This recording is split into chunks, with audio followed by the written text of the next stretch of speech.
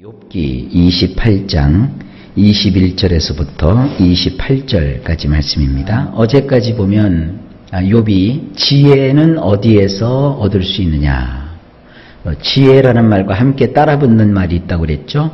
우리 성경에서는 명철이라고 표현을 했고요. 저는 깨달음이라는 말로 표현을 했습니다.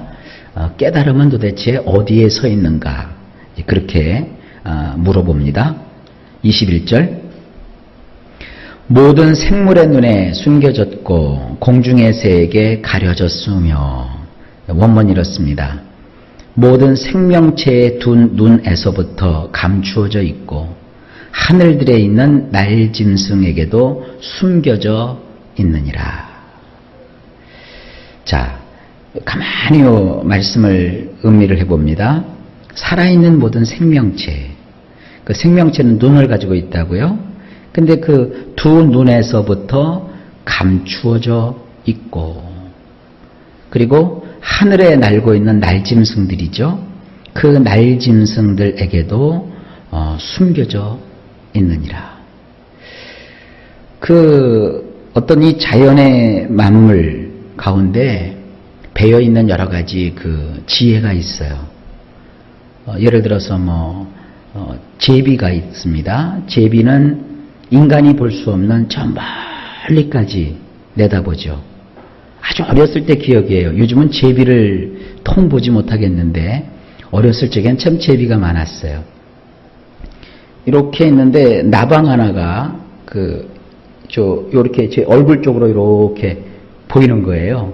앉을까 말까 하는데 갑자기 시커먼 물체가 휙 날아오는 거예요. 그러더니 제 얼굴을 이렇게 탁 스치고 지나가는데 순간적으로 나방이 보이는데 나방이 싹 없어졌어요. 뭐가 지나갔나고 깜짝 놀라서 보니까 제비가 그래서 보고 그 나방 한 마리를 보고 날라와서 탁 채가지고 가는 거예요. 어렸을 때 그거 보면서 야, 참 대단하다 하는 생각을 했어요. 또 파충류 같은 그 생명체는 360도를 다 동시에 봐요. 우리 인간은 그 시야각이 이 앞쪽을 향하여 있잖아요. 시야가 아무리 넓어도 저도 이렇게 보면 시야가 이렇게밖에 안 잡혀요. 그런데 이 파충류는 전체를 삥 둘러서 동시에 다 레이더처럼 봐요. 참 대단하게 신비한 일들 아니겠습니까? 그런데 지혜라고 하는 것은 그러한 생명체로부터는 멀리 떨어져 있대요. 숨겨져 있대요. 아무리 대단한 능력을 가지고 있는 어떤 이 땅에 생명체가 있다고 해도 거기에서 하나님이 진정 우리에게 주시는 지혜를 발견할 수는 없다는 거예요. 그러니까 요즘 어떤 분들은 그 조그만 그 짐승들 키우면서 거기에서 여러 가지를 배운다 막 그러지만 그는 단지 인간의 관점에서 그걸 보는 거죠. 개하고 고양이하고 차이 아십니까? 개는요, 주인을 그야말로 종의 마음을 가지고 따르죠. 순종하죠. 물론 이제 여러 가지 이유가 있겠지만 개는 하여간 내가 저에게 복종해야 된다. 그래서 개는 만약에 자기보다 약한 자가 있으면 타고 올라갑니다. 그러나 자기보다 강하면 숙입니다. 개의 습성이 그래요. 그래서 그 개 키우시는 분들, 특별히 큰 개 키우시는 분들은요, 항상 집에서 키울 때 이 소파나 이런 데 위에다가 사람보다 높게 개를 두시면 안 돼요. 왜냐면 개는요, 자기가 소파에서 어렸을 때부터 자라면 자기가 그 집에서 최고인 줄 안대요. 특히 개하고, 그렇게 키운 개하고 애기들하고 같이 뒀다간 큰일 납니다. 어른이 있을 때는 개가 순복하지만 어른이 없고 애기 하나만 있으면 애기를 자기 밑으로 보기 때문에 큰일 납니다. 그래서 그 개 키우시는 분들에게 상식이래요.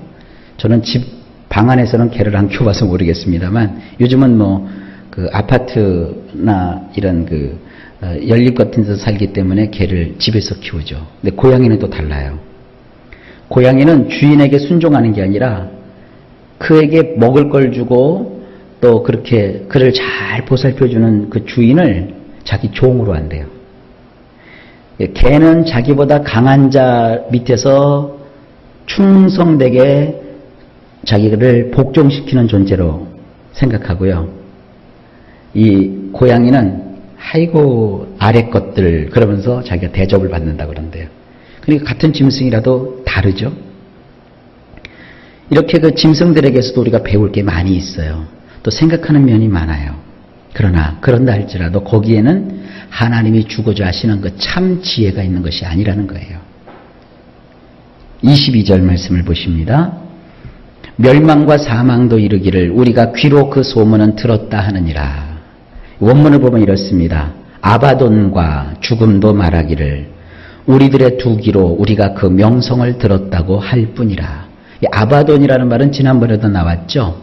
이것이 파괴, 멸망 이런 뜻도 있지만 마귀라는 뜻도 있어요. 어떤 마귀라고 볼 때는 영적인 존재죠. 대개 그 점쟁이라든지 무당들은 누구를 빙자해서 점을 치고 여러 가지 묵구리를 하는가요? 마귀의 힘을 빌어서 하는 거거든요. 귀신의 영에 사로잡혀가지고 또 악한 영에게 사로잡혀갖고 그들이 한다고요. 그러니까 우리가 인생의 지혜를 알고자 점쟁이에게 갈 필요가 없는 거예요. 가서도 안 되고요. 왜냐하면 귀신이라는 존재, 이 마귀라는 존재, 아바돈이라고 하는 존재에게 아무리 물어봐도 그것들은 지혜를 우리에게 알려줄 수가 없어요. 그리고 여기서 이게 죽음이라는 말이 나오는데 이 죽음도 사실은 죽음신이 유명합니다. 고대 사회에서 항상 사람은 자연의 그 어떤 뭐라고 할까요? 협박이라고 하면 웃기고 자연의 위협 속에 살기 때문에 자연에 대한 두려움을 가지고 있어요. 그 옛날 우리도 조상들 보면 뭐 번개를 무서워하고 땅에 어떤 지신이 있다고 생각해서 지신을 두려워하고 함부로 땅도 밟지 않고 막 그랬다고요. 그 왜 그러냐면 다 이 죽음과 연관이 되어 있어요. 여기서 말하는 이 죽음이라는 말은요, 소위 말하는 고대 사람들이 생각하는 죽음의 신을 뜻하는 거예요. 그러한 두려운 존재에게 가서 물어볼지라도 그것들이 답변을 못한다는 거예요. 거기에도 지혜가 없다는 거예요. 영적인 세계죠. 소위 말하는 도 닦는 사람들이 있죠. 난 그거 참 웃겨요. 그 수맥이 흐르는데 뭐 세상 사람들 그 달마도 갖다가 걸어놓으면 수맥이 없어진다 해서 막 달마도 갖다 붙여놓고 그 달마도 같은 게 바로 이런 겁니다. 아바돈이나 죽음과 같은 존재들이에요. 그 달마가 이렇게 있으면 뭐 가정에 뭐 액땜이 되고 뭐 그러면서 막 그걸 뭐 되게 비싸게 팔더라고요. 그 예수 믿는 사람들 그럴 거 없어요. 또 어떤 집은 가보니까 호랑이를 크게 하나 붙여놨어요. 왜 그러느냐 그랬더니 그 호랑이가 말이죠. 귀신을 쫓아낸다는 거예요. 차라리 그러면 호랑이를 갖다 키우지 진짜. 그러니까 이게 그런 게 아무 소용이 없다는 거예요. 자 23절 하나님이 그 길을 아시며 있는 곳을 아시나니 원문이 이렇습니다. 엘로힘만이 그 길을 감지하시나니 곧 그분만이 그것이 있는 곳을 아시느니라. 지혜는 오직 그분만 아시는 거예요. 그래서 그분은 누구를 가르치는 겁니까? 이거 바로 예수님을 가리키는 겁니다. 24절 이는 그가 땅끝까지 감찰하시며 온 천하를 살피시며 어떻게 하나님이 그 지혜의 길을 아시고 오직 하나님만이 지혜를 가지고 계시는 것일까? 그 이유를 여기 설명하고 있어요. 원문을 보면 이렇습니다. 왜냐하면 그분은 땅의 끝까지 틀림없이 주시하시는 분이시며 모든 하늘들 아래를 그분이 살펴보시기 때문이니라. 어떤 사람이 귀신을 이렇게 쫓는 사람이 있어요. 목사님들 가운데 이제 그런 능력을 가지신 분들이 있죠. 근데 그 사람이 쓴 책을 보니까 이런 구절이 있더라고요. 그게 옳다, 틀리다 그렇게 말하는 게 아니라 그런 내용이 있다고 제가 소개시켜 드리는 거예요. 귀신을 쫓는데 귀신하고 이렇게 대화를 하는 경우가 있다고요. 그래서 이제 여기서 우리나라에서 귀신들 쫓을 때는 우리나라 말로 이제 귀신을 쫓았대요. 너는 누구냐? 그러면 저 귀신 들린 사람이 뭐 쫑알쫑알쫑알하고 제가 답변을 막 한대요. 근데 이분이 이제 미국으로 갔어요. 미국 가서 하는데 너는 누구냐? 그러니까 미국에 귀신 들린 사람이 가만히 있더래요. 이상하다. 그리고 왜 들어왔냐? 그러면 우리나라 귀신 같으면 쫑알쫑알 되는데 가만히 있더래요. 그래갖고 옆에 통역관한테 왜 그런지 모르겠다고 통역을 좀 해보라 그러니까 너는 누구냐 하고 영어로 who are you? 그러니까 그때서 그 사람이 영어로 쪼갈쪼갈쪼갈 얘기더래요. 그래서 그걸 읽으면서 참 제가 웃겼어요. 그러니까 영적인 존재라고는 귀신들도 한국 귀신 따로 있고 미국 귀신 따로 있다고 그 책에 그렇게 돼 있어요. 내가 한 얘기가 아니라 그 책에 그렇게 돼 있어요.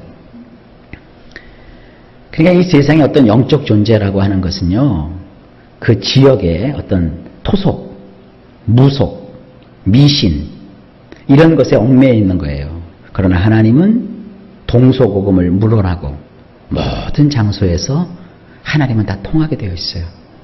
하나님은 온 땅의 참 신이시기 때문입니다. 모든 하늘 아래에 있는 모든 것들을 그분께서 살펴보시기 때문에 그분만이 지혜의 길을 알고 계시다. 욥의 고백이죠. 25절. 바람의 무게를 정하시며 물의 분량을 정하시며. 원문이 이렇습니다. 바람에게도 무게가 있게 하셨고 물들도 측정할 수 있도록 해 놓으셨느니라. 여러분 어렸을 적에 그 일기예보 텔레비에서 보게 되면은 그 통보관이 나와서 이렇게 그리면서 일기예보 했던 거 기억나십니까? 지도에다가 이렇게 고기압 그리고 저기압 그리고. 그때만 해도 태풍이 일어나면 그냥 이렇게 동그라미를 그려갖고 태풍이 옵니다 이렇게 얘기했는데, 요즘은 그 일기예보를 보게 되면 헥토파스칼이라는 말을 써요. 헥토파스칼. 그게 뭐냐 하면 그 태풍의 무게예요. 태풍의 무게. 얼마나 큰 규모의 태풍인가 하는 것을 헥토파스칼이라고 하는 그 측량 단위로 표현을 하는 거예요. 바람에도 분명히 무게가 있어요. 근자에 들어서 그와 같은 것들을 기상학이 발달함으로 발견해서 그거를 발표하는 거예요. 이 고대 사회에 과학이라고 하는 것은 찾아볼 수 없는 그 시대에 바람에게도 무게가 있게 하셨다는 말이 굉장한 뜻이에요. 물도 마찬가지죠. 우리도 물도 보면은 뭐 1리터, 2리터 이렇게 계산을 해낸다고요. 그리고 모든 과학의 최소 단위에 물을 가지고 무게를 다 만들어요. 이런 그 과학적인 측량 기술, 이것은 인간 사회가 이 훗날에 이런 도량형이 생긴 것인데, 그 직전에 이런 말을 할 수 있었다는 것은 성경은 그저 예사로운 책이 아니라 하나님의 성령께서 계시하셔서 기록한 책이라는 것을 이런 데서도 볼 수 있는 겁니다. 어쨌든 간에 하나님은 지혜로우신 분이시고 지혜를 알고 계시는데, 그분은 바람에게도 무게가 있게 하셨고 물들도 측정할 수 있도록 그렇게 만들어 놓으신 분이에요. 그러니까 뭐 하늘이면 하늘, 땅이면 땅, 영적인 세계면 영적인 세계, 모든 것을 다 주관하시고 통할하시는 분이 누구예요? 우리 하나님이시고, 바로 그분이 누구를 통해서 나타나셨어요? 예수님을 통해서 우리에게 나타나셨어요. 그분이 우리의 지혜이십니다. 26절. 비 내리는 법칙을 정하시고 비구름의 길과 우레의 법칙을 만드셨습니다. 원문이 이렇습니다. 비에게는 저마다 스타일이 있게 하셨고 우르르 쾅쾅거리는 천둥 번개를 위해서 길을 만드셨도다. 이게 이제 기상청에서 일기예보를 할 수 있는 것이 바로 이겁니다. 어떻게 점쟁이도 아닌데 비가 뭐 언제까지 올 것인가. 벌써 지난주부터 예고가 됐어요. 다음 주는 일주일 내내 비가 오겠습니다. 이번 주 겪어보니까 일주일 내내 비가 오잖아요. 그거 어떻게 알아요? 이게 구름이 움직이는 것과 위성으로 이렇게 사진을 찍어가지고 이 비가 가는 길이 있다는 거예요. 고기압이 형성되어 있고 저기압이 형성되어 있고 기압골이라는 게 형성되어 있어서 이게 어느 방향으로 흐르는지 이 그 기상을 관측하는 분들은 그걸 알고 있어요. 그게 뭐 슈퍼컴퓨터로 계산하고 그래서 하는 것이 아니라 이미 하나님께서는 비에게는 저마다 스타일이 있게 하셨어요. 비도 종류가 달라요. 그리고 번개와 천둥도 이렇게 그들이 다니는 길이 있어요. 이 번개와 천둥이라고 하는 것은 하늘에 찬 공기가 있고 더운 공기가 있는데, 찬 공기하고 더운 공기가 이 하늘에서 이게 만나요. 그러면 이게 굉장히 불균형이 생기죠. 한쪽은 뜨겁고 한쪽은 차갑잖아요. 그러니까 이것이 부닥치게 되면, 충돌이 되면 거기서 그게 불균형이 있으니까 이거를 균형되게 하려고 생기는 게 뭐냐, 우릉 쾅쾅 하면서 소리도 나고 번개도 치는 거예요. 그래서 하늘을 평정하는 겁니다. 그것이 무슨 하늘에서 이 지상을 심판하시기 위해서 그런 것이 아니라 이 천둥과 번개에게도 이렇게 길이 있는 거예요. 그 길을 따라 이 하늘이 돌아가는 거예요. 이걸 다 누가 하시는 거라고요? 하나님이 하시는 거예요. 그저 우연하게 되는 것이 아닙니다. 27절. 그때 그가 보시고 선포하시며 굳게 세우시며 탐구하셨고, 이 원문을 보면 이렇습니다. 그러신 후, 그런 것들을 만드신 후 그분이 그것을 살피시고 그것을 일일이 계수하시고 그것들을 준비시켜 주시며 또한 그것을 점검해 보시느니라. 하나님은요, 이 세상을 만드시고 멀리 떠나 계신 것이 아니라 이 세상을 만드시고 법칙을 만드시고 하늘의 길을 여시고 인간 세상을 모든 것들을 규모 있고 질서 있게 만드신 다음 그분이 그것을 어떻게 하세요? 살피시고 일일이 그것을 세시고 그것을 또 그렇게 되도록 준비시켜 주시고 그것을 또 제대로 되었는가 점검해 보신다는 거예요. 이게 굉장히 중요한 얘기입니다. 욥에게 적용을 하면 욥이 고난 속에 있을 때 하나님이 그냥 내방치하신 것이 아니에요. 그 순간에도 하나님이 뭐를 하시는 거예요? 욥을 셈해 보시는 거예요.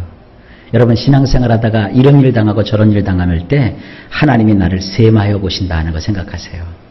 그래서 늘 주님 마음에 합한 자가 되도록 힘쓰고 애쓰실 수 있기를 바랍니다. 자, 오늘의 마지막 구절 28절입니다. 또 사람에게 말씀하셨도다. 보라, 주를 경외함이 지혜요 악을 떠남이 명철이니라. 원문이 이렇습니다. 그분은 사람에게 이르시기를 보라, 주님을 두려워하거라. 그것이 지혜이니라.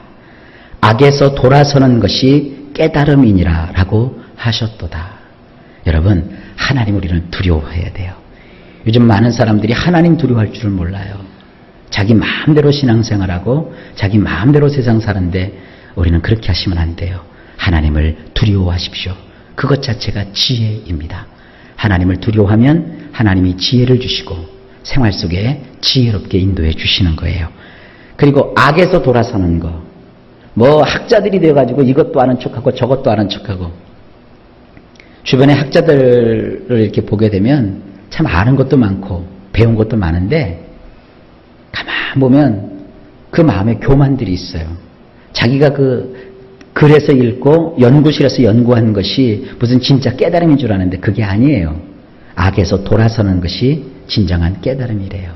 그러니까 지혜는 하나님을 경외하는 자 속에 있고 하늘의 새나 또 어떤 존재에게 있는 것이 아니라 하나님을 경외하는 자 속에 지혜가 있고 그 지혜를 가진 사람이 하나님 기뻐하시는 일, 곧 악에서 떠나고 반대로 얘기하면 선에 거할 때 그 사람에게 깨달음이 있는 거예요.